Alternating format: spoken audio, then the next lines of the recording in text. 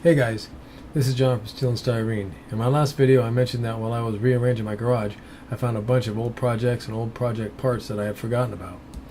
Well, these are a few projects that were built or bought for my kids in the day. First one is a 1934 Ford Roadster go-kart, first built in 1994. This kart went through a few variations. This kart also went through all four of my kids and was abused by all, even by us adults. We all had tons of fun in this thing. It really was a lot of fun. And now, well, it sits in the shed out back collecting rust and spider webs. And the body sits outside getting sunbaked. I have no idea where the deck lid went. This next one is a two-seater streaker kart that I got from a friend of mine. It too has gone through a few changes over the years. But this kart was pretty well used also, and again, it was tons of fun. A few years ago, I decided to lengthen it and widen it so I could fit two adults comfortably. I also started a roll cage on it, which I never got around to finishing. And now here it sits, just waiting for someone to finish it. This is my son's Kawasaki 50cc quad. He rode the hell out of this thing. A couple of years ago, it shattered a piston ring and scored the cylinder pretty badly. So it's going to need a new cylinder, a new piston rings. Carburetor definitely going to have to be gone through, and maybe tires. I'm going to take a look at it, see what it's going to need. But I think I'm going to get this thing running and bring it back to my grandson back in Indiana. Yeah, I know he's only 3 months old, but you know what? Time flies. My two youngest girls had a video project to do for school, so they asked for my help. So I suggested, hey, why don't we build a sidecar for the old Taco mini bike? Well, they agreed. So here are a few screenshots from that video. Yeah, I know they're a little blurry, but hey, what do you want? That was the old VHS days. The Taco now sits in a garage with two flat tires, but it was still running when I parked it. That's one that I would really like to do a full restoration on someday. It's pretty cool. This next one was the only kids project that never ran. It started with a 55 Ford fiberglass pickup body. We chopped off the bed, stretched the cab 3 inches, and then filled in the back of the cab. I made a sheet metal bed and used the fiberglass fenders for it. Somewhere during the design process, it went from pickup truck to tow truck. I think the Cars movie had a lot to do with it. In fact, come to think of it, I do remember a huge Mater poster on my son's wall.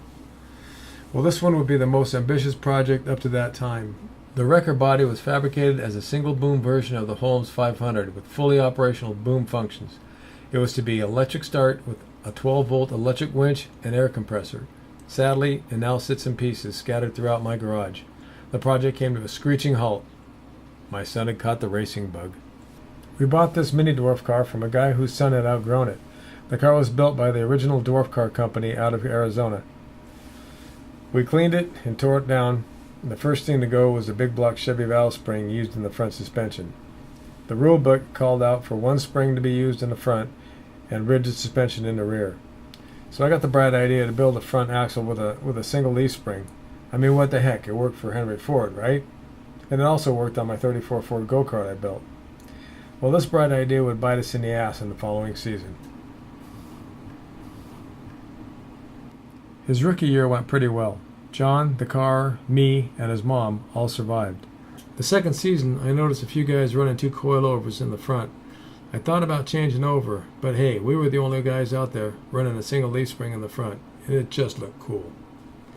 Well, the season was going really good until this happened.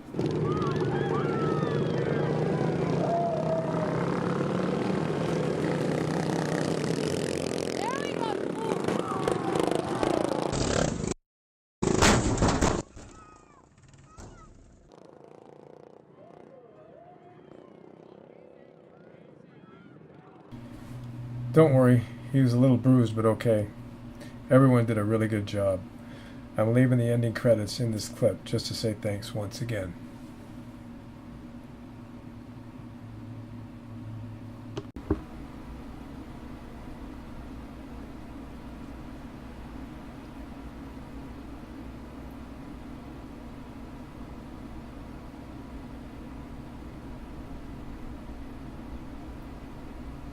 Now I think one of the main factors in the rollover was where the leaf spring was mounted. It was dead center of the frame. This meant, at least I think, that when the car got up on two wheels, there was nothing to keep the front axle from giving up and rolling. And when it did, I think it rolled too far and caused the car to roll over, but that spring looked cool. And as you can see, we rebuilt the whole front end. And hey, gee, what's that? Oh yeah, it's coilovers. So we ended season 2 with a little edgier look and an attitude. My son and I worked through the winter repairing and testing the car. So we showed up for the 3rd season with a new motor, new sheet metal, new sponsor, but the same old attitude. It all paid off.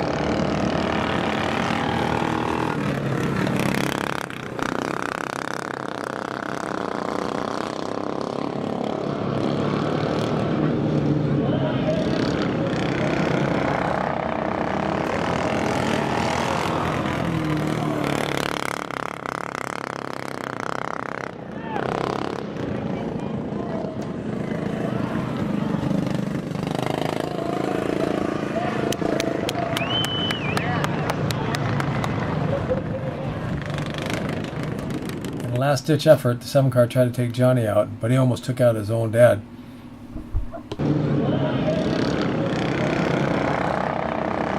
Sadly, there would be no more Mini Dwarf class the following season. The track came under new management and they nixed it. So, for his 4th season, we went to Willow Springs where he won the championship with the most points. Johnny retired from racing at the ripe old age of 10. He then changed his interest to karate, where he is now working on his 2nd-degree black belt. The car has been retired too, resting beside the 34 Ford go-kart. I would really like to restore the number 95 to its 3rd season configuration.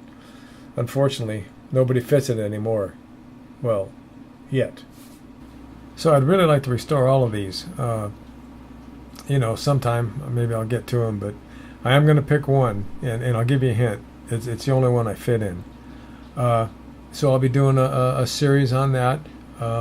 Plus I'll be doing modeling stuff and probably some more little like diorama stuff, but I've got tons to do. I mean, let's not even look at my cars out there. There's a lot of those that I have to be done too, but I'll work them all in.